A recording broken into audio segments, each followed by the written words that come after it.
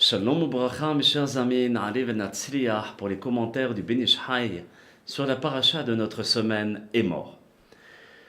Hachem dit à Moshe dans la paracha de la semaine, Vayomer Hachem el Moshe, est mort el Kohanim bene Aaron, ve'amarta alehem le nefesh la yitama be'amav.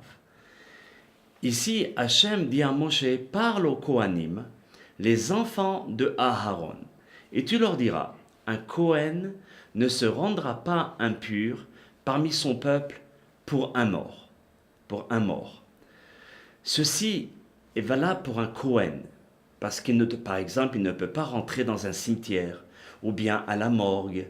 Il y a beaucoup de lois qui se rattachent au Kohen. Donc, c'est les lois de pureté et puis d'impureté. Et donc, quand, par exemple, on nous dit qu'un Kohen ne peut pas rentrer dans un cimetière ou bien se rendre impur, ça vient bien de quelque part. Alors nos sages nous disent, tu sais d'où ça vient? Par rapport au comportement de Aaron à Kohen. Regardez ce que nous dit le Midrash. Vayikra Rabba, Chav Vav au Vav, c'est-à-dire 26, 6.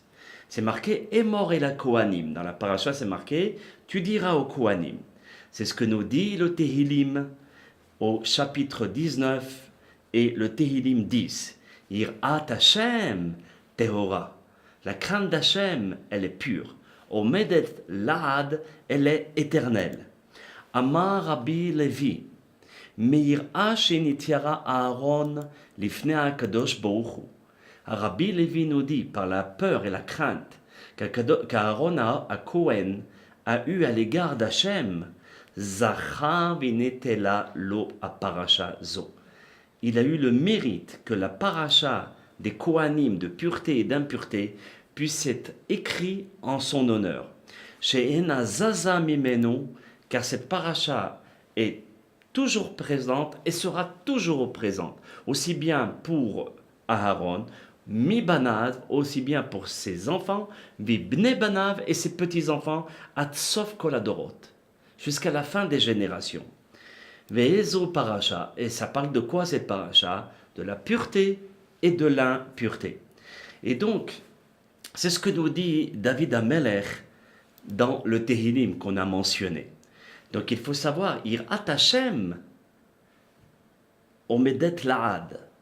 Ici, il y a, le Ben Ish Chai nous dit, il y a dans le service divin deux sortes de niveaux, deux niveaux de crainte à l'égard d'Akadosh Baruch Hu.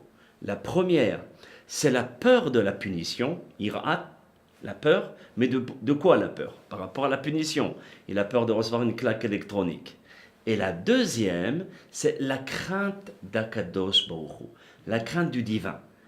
Et qu'est-ce qu'il a comme objectif, ce Ben Israël? De ne surtout pas offenser Hashem Yitbarach. Alors, la différence entre les deux, quand une personne, par exemple, a peur par rapport à une punition, c'est lorsque le mauvais penchant vient nous voir et nous pousse à transgresser un commandement. C'est seulement à ce moment précis que la personne aura peur parce qu'elle ne veut pas recevoir une punition. Donc quand elle aura peur, seulement pour ça. Hormis cela, il ne sentira aucune peur à l'égard d'Akadosh Baruch Hu dans sa vie, ni à l'égard d'une faute, ni à l'égard de Dieu. Donc ça, c'est la première crainte. La deuxième, d'accord, qui s'appelle la crainte pour Hachem, pour ne pas l'offenser. Cette crainte reste constante, pas seulement au moment d'une transgression, mais toujours dans sa vie, il est imbibé, il véhicule cette crainte. Alors vous allez me dire, et comment peut-on obtenir cette crainte? Alors, mes chers amis, écoutez bien. Comment on peut avoir la crainte d'Akadosh Baruch Hu? Ça s'appelle Yirat Hashem.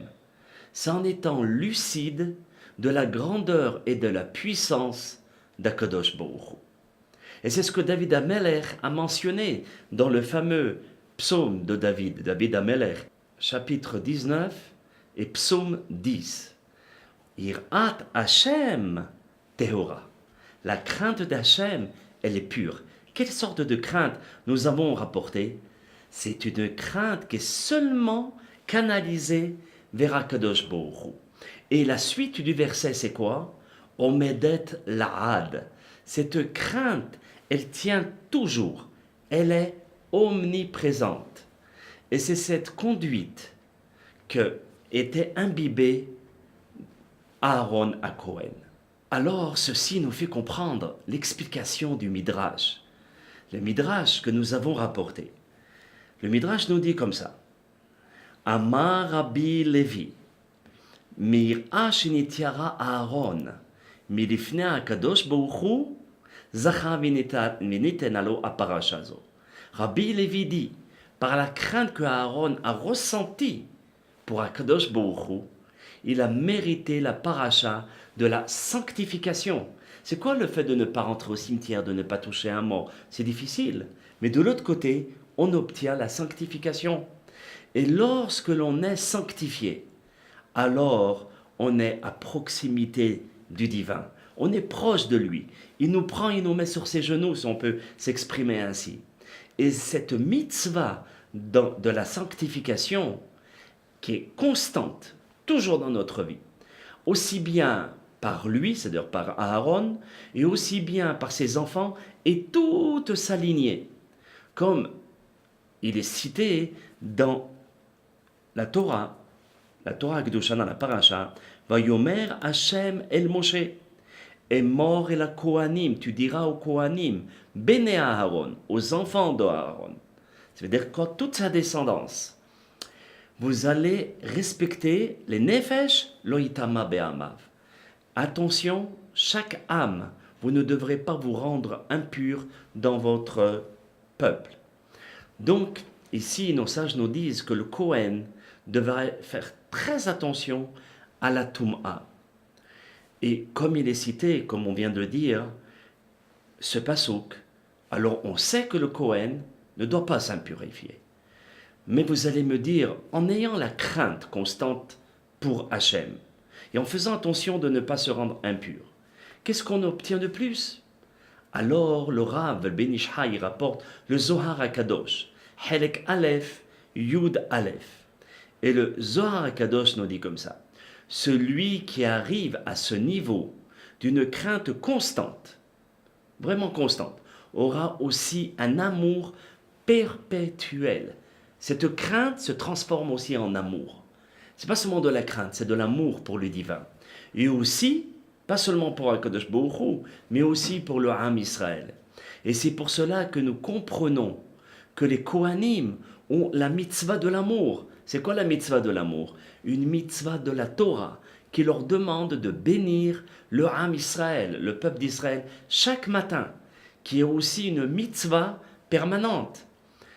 Nous remarquerons que les Kohanim disent avant de bénir Baruch ata Hashem Elokeinu melech haolam asher kedeshanu b'mitzvotav v'tzivanu levarer et amo Israël be'ahava, de bénir le peuple d'Israël avec l'amour. Alors, de bénir avec l'amour, mais on sait très bien qu'Hachem n'a pas ordonné cette injonction de bénir avec l'amour. Alors comment on peut faire une bracha? Le Rabbi Yosef Haïm, Zecher Tzadik, Kadosh le bracha, explique qu'il ne faut pas comprendre que c'est une injonction, mais plutôt saisir que cette bénédiction est une conséquence de leur comportement. Vous voyez, la crainte va apporter l'amour, et cette conséquence de ce comportement apporte la possibilité de bénir le prochain. Et qui a fait mériter à sa descendance cette crainte qui se développe en amour? C'est Aaron à Cohen, Alav Shalom, c'est lui qui a fait mériter ses enfants de ce beau cadeau. Eh bien, mes chers amis, il en est de même pour nous, pour chacun d'entre nous. Si on s'investit avec une crainte canalisée vers HaKadosh Baruch Hu, Yirat Hashem, une crainte vers Hashem, alors on va la diriger vers Hashem et non par rapport à la punition. Alors on pourra aussi, nous aussi, on pourra mériter et faire mériter à nos enfants de cet amour pour HaKadosh Baruch Hu. Car faire les mitzvot avec amour. C'est kiffer avec Hachem. Kortou, shalom shalom, et à très très bientôt pour d'autres Dvar Torah.